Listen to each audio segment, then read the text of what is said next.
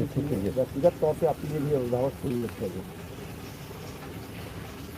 आदरणीय रघुवंश बाबू जी,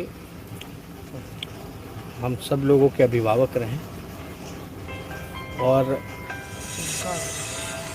पार्टी के एक मजबूत स्तंभ, एक प्रखर समाजवादी नेता, गरीबों की आवाज़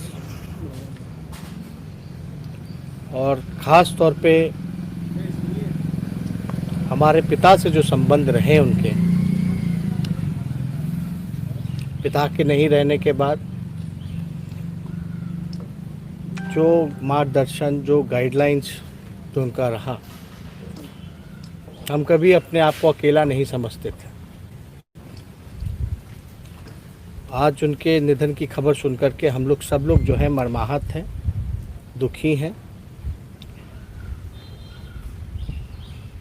और कोई शब्द नहीं है जिस शब्द को हम लोग जो है व्याख्या कर सके। लेकिन लंबे समय से कोरोना पॉजिटिव होने के बाद तो निमोनिया की भी शिकायत थी। जब पटना के एम्स में जब भर्ती हुए तो हमारी बात हुई, डॉक्टरों से भी बात हुई थी। हम लोग सब लोग कामना करते थे कि जल्दी स्वस्थ होकर के, ठीक होकर के वापस आए। फिर आनंद फानन में जब दिल्ली गए, हमारी जब बात हुई, जब वो दिल्ली जिस दिन एम्स में एडमिट हुए उस दिन भी हमारी फ़ोन पे उनसे चर्चा हुई, बात हुई। पूरी बॉडी चेकअप कराने के लिए वो दिल्ली गए थे, टेस्ट रिपोर्ट आना था। और कुछ चंद दिन पहले जो है हम दिल्ली उनसे ख़ास तौर पे मिलने गए थे, दिल्ली के एम्स में, और हमारी मुलाकात भी हुई, उनसे चर्चा की गई और हमने उनसे यही कहा कि आप जल्द स्वस्थ होकर के आप जल्दी वापस आइए।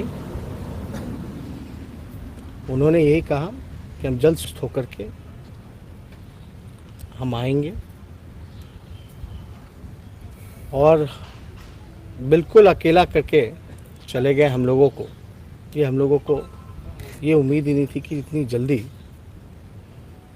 ये खबर आएगी। लेकिन हालांकि हमारे जो डॉक्टरों से जो बातचीत लगातार चलती रही उनसे, तो हमको जो डॉक्टरों ने वहाँ के बताया कि उनको लंग्स कैंसर की समस्या रही, ये बात पता थी, लेकिन जो है पब्लिक पे ये मैसेज ना जाए कि उनको लंग कैंसर है, क्योंकि इलाज जो है वो चल रहा था, इसलिए हम लोगों ने इसकी चर्चा कहीं नहीं की।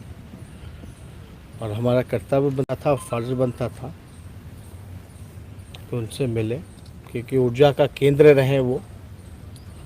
और कभी भी मतलब हमारा भी जो रिश्ता रहा, सामाजिक राजनीतिक चर्चाएं तो चलती ही रह करती थी, लेकिन एक पारिवारिक संबंध हम लोगों के बीच लगातार कायम रहा। इस मुश्किल घड़ी में जब हमारे पिता हमारे साथ शारीरिक रूप से नहीं रहे, रांची रिम्स में रहे, तो हमेशा ऊर्जा देने का काम, मनोबल को बढ़ाने का काम उन्होंने किया। मुझे याद है कि जब सरकार जब बदली, जब नीतीश कुमार जी ने इस्तीफ़ा देने का काम किया था, इस्तीफ़ा देने के बाद बीच में आप सब लोगों को पता है कि सीबीआई, ईडी, इनकम टैक्स का रेड जो पड़ा था, तो सबसे पहले आदरणीय रघुवंश बाबू ने आकर के हौसला बढ़ाया था। उस समय भी आदरणीय लालू जी रांची के कोर्ट के ट्रायल में वहाँ थे, तो कभी भी ऐसा नहीं लगा कि हम लोगों अकेले हैं उनके रहते हुए में। और हम लोग जब चर्चा चल रही थी एम्स में, तो ऐसा लग नहीं रहा था कि ये स्थिति आएगी, ये नौबत आएगी। बड़ा हौसला उस समय भी दिल्ली के एम्स में मेरा बुलंद किया। और उस समय सब लोग जानते हैं कि उनका राजनीतिक अनुभव जो रहा है बड़ा लंबा रहा है, प्रखर एक समाजवादी नेता के रूप में रहा है, और हमेशा ज़मीनी स्तर पे वो रह करके लोगों से जुड़े हुए थे दूरों से, एक संघर्ष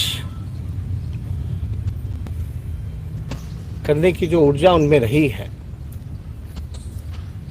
वो हम लोग कभी भी इनकार नहीं कर सकते।